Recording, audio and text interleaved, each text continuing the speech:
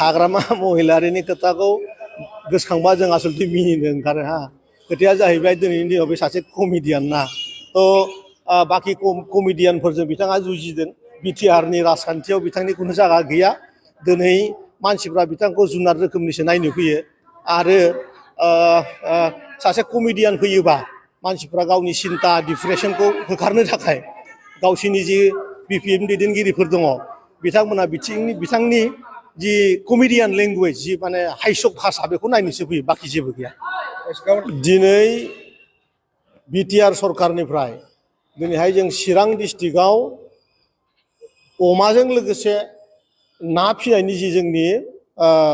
जोंनि आसनि दङ बिटिआर सरकारनि बे आसनिखौ जों दिनै बेवहाय रानदों आरो बेजोंनो लोगोसे आङो भेटेनारि डिपार्टमेन्टनिफ्राय चिरां डिस्ट्रिक्टआव दिनैहाय चिरां आरो क'क्राझार मोननैबो डिस्ट्रिक्टआव दिनै बोरमा राननायनि हाबाफारिफ्राबो सोलिगासिनो दं गट फार्मनि जि खोथामोन बे खामानिया सोलिगासिनो दङ बेखायनो फैबाय थानाय समाव मोनसे जों आसा खालामदों जे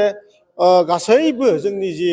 बिटिआरआव थानाय आंनि आबौमोन दं आइमोन दं बे गासैबो लाइफ स्टक माने जोंनि जे अमा दाउ बोरमा फिनानै गोबां रांखान्थि लाब जानायनि जि जों खोथा बुंबाय थादोंमोन बे गमामायैनो जानो थांगासिनो दङ आरो बे बोसोराव बहु हाजार हाजार माने जोंनि आबौमोनहा दाउ फिनाय अमा फाननायनि सुबिदाखौ मोनगोन आरोखि दिनैहाय जों बेवहाय 22टा ग्रुपनो होदों बेवहाय खालि अमाल' नङा बोरमायाव बोरमानि थाखाय 100निबो एबभ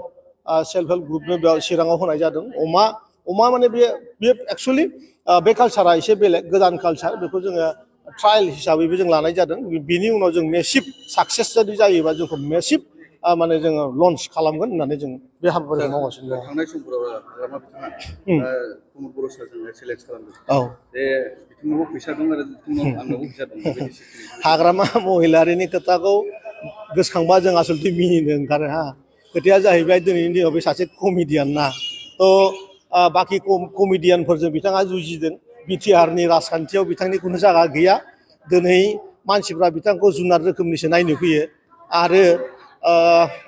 सासे कमेडियान फैयोबा मानसिफ्रा गावनि सिन्था डिप्रेसनखौ होखारनो थाखाय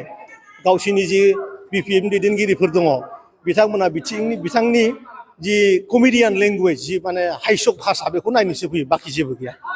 गावनि सिमान लादों जे वेस्ट बेंगलाव खारनानै थानो पुलिसआ डिस्टार्ब खालामदों दाथ' बियो वेस्ट बेंगलाव खारदों आंथ' बुङो सानसे समाव बिथाङा फुरा इण्डियानिफ्राय खारनांगोन खारन अलरेडि एनआइएआ बिथांखौ तदन्त खालामगासिनो दङ बे खोथाया सैथो बावैनो बिथाङा जेलावसो थांगोन बे खाथांखा आरोखि सिगां बेफोरबायदि अमा राननाय बायदिसिनाखौहाय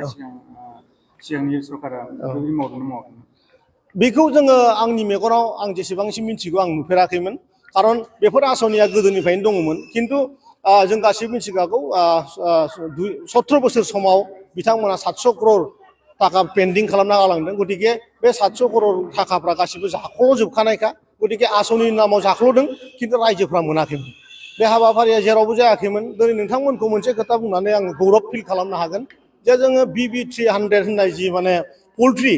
जोङो जोंनि बिटिआर हालामाव जों दा डिस्ट्रिबिउसन खालामदों more than 5 lakhs जों दाउ अलरेडि जों बे बोसोरावनो रानदों आरो बे बोसोराव बे हाबाफारिखौ मोजां मोननानै मानगोनां बिटिआरनि चिफ सारा फिन खेबसेबाव आरोबाव 10 लाख माने दाउ फिसा राननानै होनो नागिरदों आरो बे दाउफ्रा ओरैबायदि माने रियेलि मोजांखा थारमाने जोंनि हालामाव गैयामोन बेखौ जोङो मध्य प्रदेशआव बे दाउखौ मोननाय जायो बे मेक्सिमाम माने मिनिमाम माने 300 दाउ दैयो आरो माने भाइरासफोरजों जुजिनो हानाय बेहा बिराद केपासिटि दं दिनै साक्सेसलि बे खामानिया जादों प्रत्येकटा जोंनि बर' आइजो बा जोंनि बिटिआरआव थानाय रायजो राजानि न'आव थाङोबा दिनैनि दिनाव गुफुर दाउ नुनाय मोनो आरो बे गुफुर दाउआ गासैबो बिटिआरनि आरो फैगौ समाव बरफआ जेरैबायदि बे काश्मीराव गोलैनानै गुफुर जाजोबनानै थायो जों लुगैदों बिटिआर हालामाव फुरा माने दाउ गुफुरजों बुंफबजोबथों आरो बहु रां जों दाउदैनिफ्राय जाहाथे दाउदैनि जि खमिनि बेखौ जों बे बारावनो खालामजोबनो हायो बे खामानिखौ जों मावगासिनो दं आरोखि ना मानसिया हायैनि जेबो खोथा गैया जों बयबो मिथिगौ जोंनि मनज बसुमतारी तेजपुराव जोंहा दिनैनि दिनाव 1 मान्थआव खमियाव 1 crore थाखा बिथाङा माने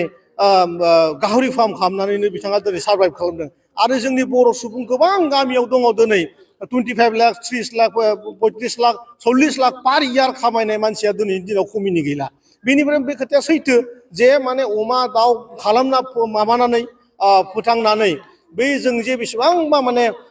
रांखान्थि खामायनो हायो बे खोथाया सैथो बुंनायाव बहुद खोथा बुंगोन खिन्थु प्रेक्टिकेलि बे खोथाया सैथो लाइफ स्टकजों मानसिया 100 करोड़ टाकानिबो मालिक जानो हायो आरोखि